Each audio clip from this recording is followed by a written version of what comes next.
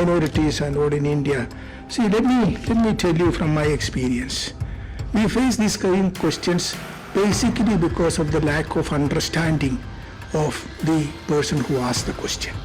Islam came to India during the time of Prophet Muhammad himself and flourished in India. Every religion, whenever any part of the world there was persecution in the past, they all came to India and thrived in India. This is the beauty of India.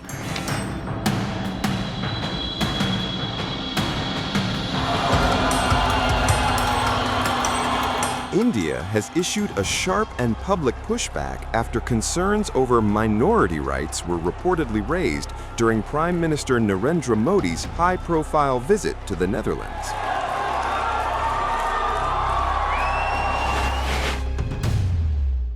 The response came from India's Secretary West in the Ministry of External Affairs, Sibi during a press interaction at The Hague, after a reporter questioned him about remarks allegedly made by Dutch Prime Minister Rob Jetten behind closed doors. And India's answer was blunt. Sibi said such concerns reflected a misunderstanding of India's civilisational character, social diversity, and democratic fabric.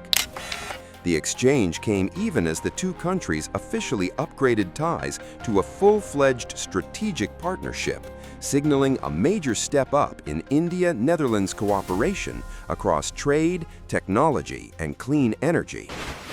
Defending India's record, Sibi pointed to the country's long civilisational history as a refuge for persecuted communities from around the world.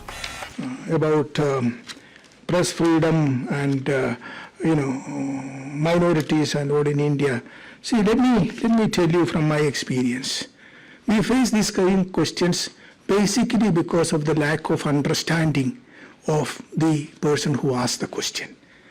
India is a country of 1.4 billion people, the largest populated country in the world, a country of civilization of more than 5,000 years old. It's a diverse country. People, in diversity in terms of culture, diversity in terms of languages, diversity in terms of food, diversity in terms of religion. Look at India, how beautiful it is. There is no other country in the world which have 4 religions have originated. Hinduism, Buddhism, Jainism, and Sikhism. These religions originated in India and continue to flourish in India. Okay, and again look at India. India has all the major religions in the world came to India. Jewish religion was in India for more than 2,500 years, continuously coexisted. India is perhaps only one of those very few countries where the Jewish population never faced a persecution. This is the beauty of India. Then again look at Islam or Christianity.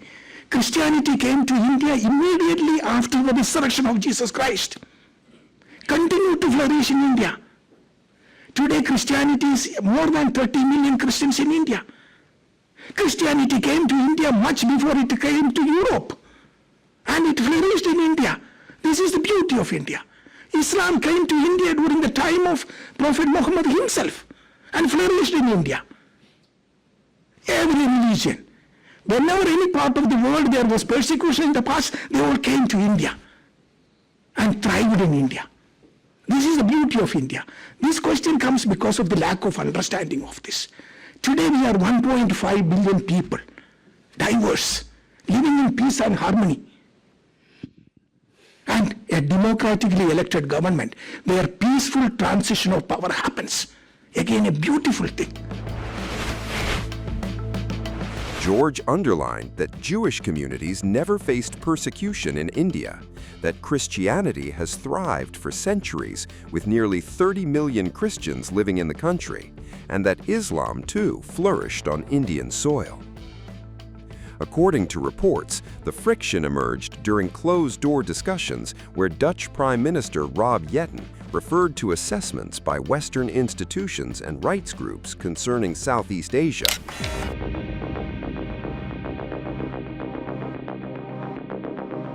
But Indian officials traveling with the delegation made it clear New Delhi remains open to deeper economic and strategic partnerships, but strongly rejects what it sees as external commentary on India's internal matters. Yet, despite the brief diplomatic discomfort, both sides appeared determined not to let the issue overshadow the larger strategic picture. The focus of the summit remained firmly on business, technology, and geopolitics.